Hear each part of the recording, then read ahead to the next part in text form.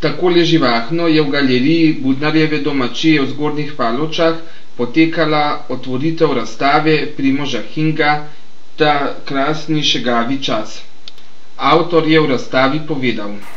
Torej, bliža se pust, norčavi praznik, ki ga imamo Slovenci radi. Poleg tega pa smo Slovenci s pustno tradicijo zelo bogati. Že pokojni etnolog dr. Niko Kuret je zapisal v svoji knjigi Maske slovenskih pokrajin, da je Slovenija Evropa v malem, kar se tiče pustnih šeg in običajev. To sem ugotovil tudi v 8-letnem raziskovanju pustne tradicije na Slovenskem, ko sem obiskal praktično vse kraje, kjer negujejo pustno tradicijo, oživljajo pustne šege in običaje. In tako so v teh 8 letih spontano nastajale številne fotografije.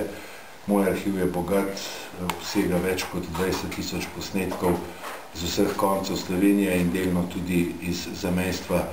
Delo še ni končano, nekaj pozornosti bom posvetil tudi ob letošnjem pustu, še nekaterim skupinam, ki sem jih na novo odkril, kajti pustno tradicijo, kot sem že rekel, oživljajo v marsikateri vasi in prav je tako.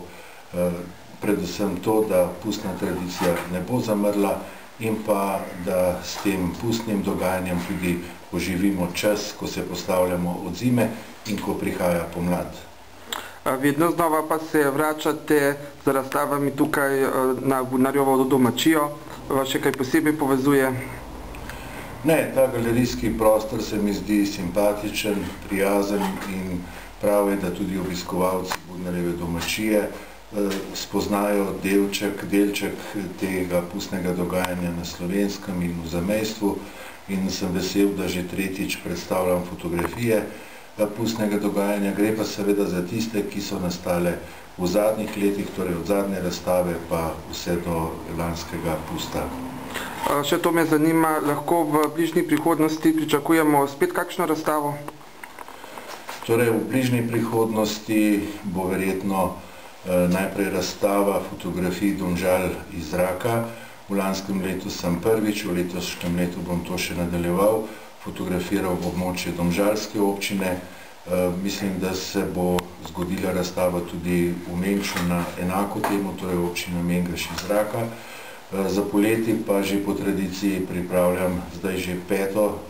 razstavo portretov iz zraka v Sančevem predoru v drugi polovici avgusta.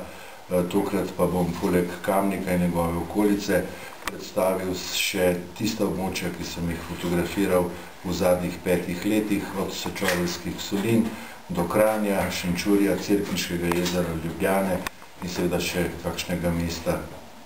Skratka, ponovno zanimiva razstava. Upam, da bo zanimiva, saj so predvsem pogledi iz zraka zanimivi za številne obiskovalce, saj to je potrdil obisk vseh tistih, ki so si ogledali moje razstave v Sančevem predoru.